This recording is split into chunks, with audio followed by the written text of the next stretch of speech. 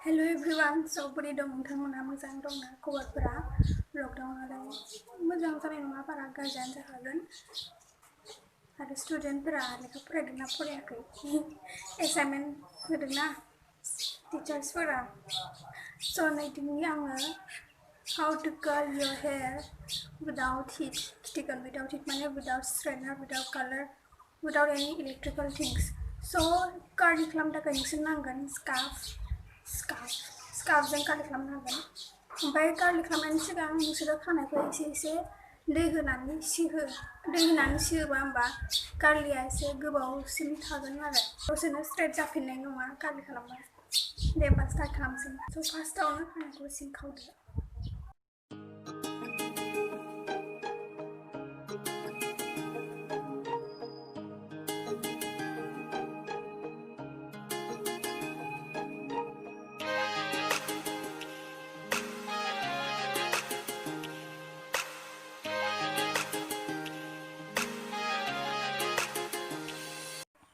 स' नोंसोर बिदिनो खानाय मेरायलांबा एसे गोरायै मेरायलांबानो जाबाय आं दायो एसे लुसै खिथिदों खिन्थुबा नोंसोर मेरायबा एसे गोरायै आरो टाइटयै मेरायबानो जाबाय मानोना बिदि टाइटयै मेरायबासो मोजां जागोन आरो खानाया कालाराबो मोजां कालार जागोन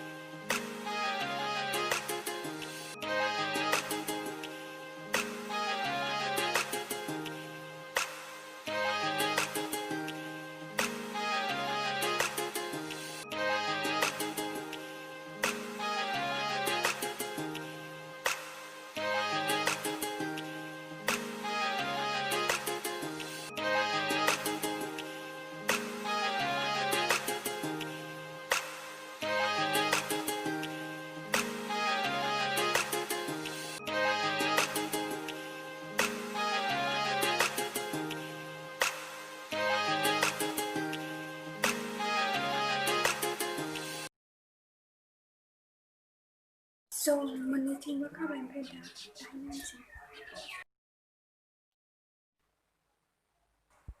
नै होमबा दा आंहा बर'नोसै नायनोसै बोरै जायो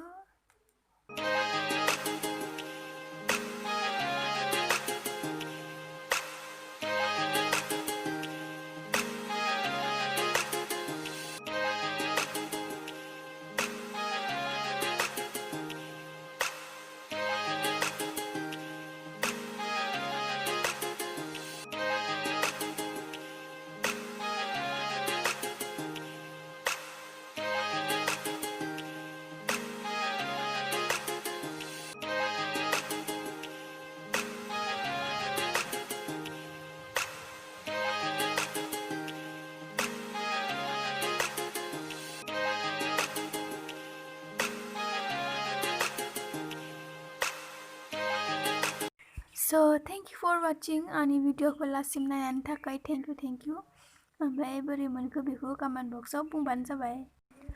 बाय हेभ अ गुड डे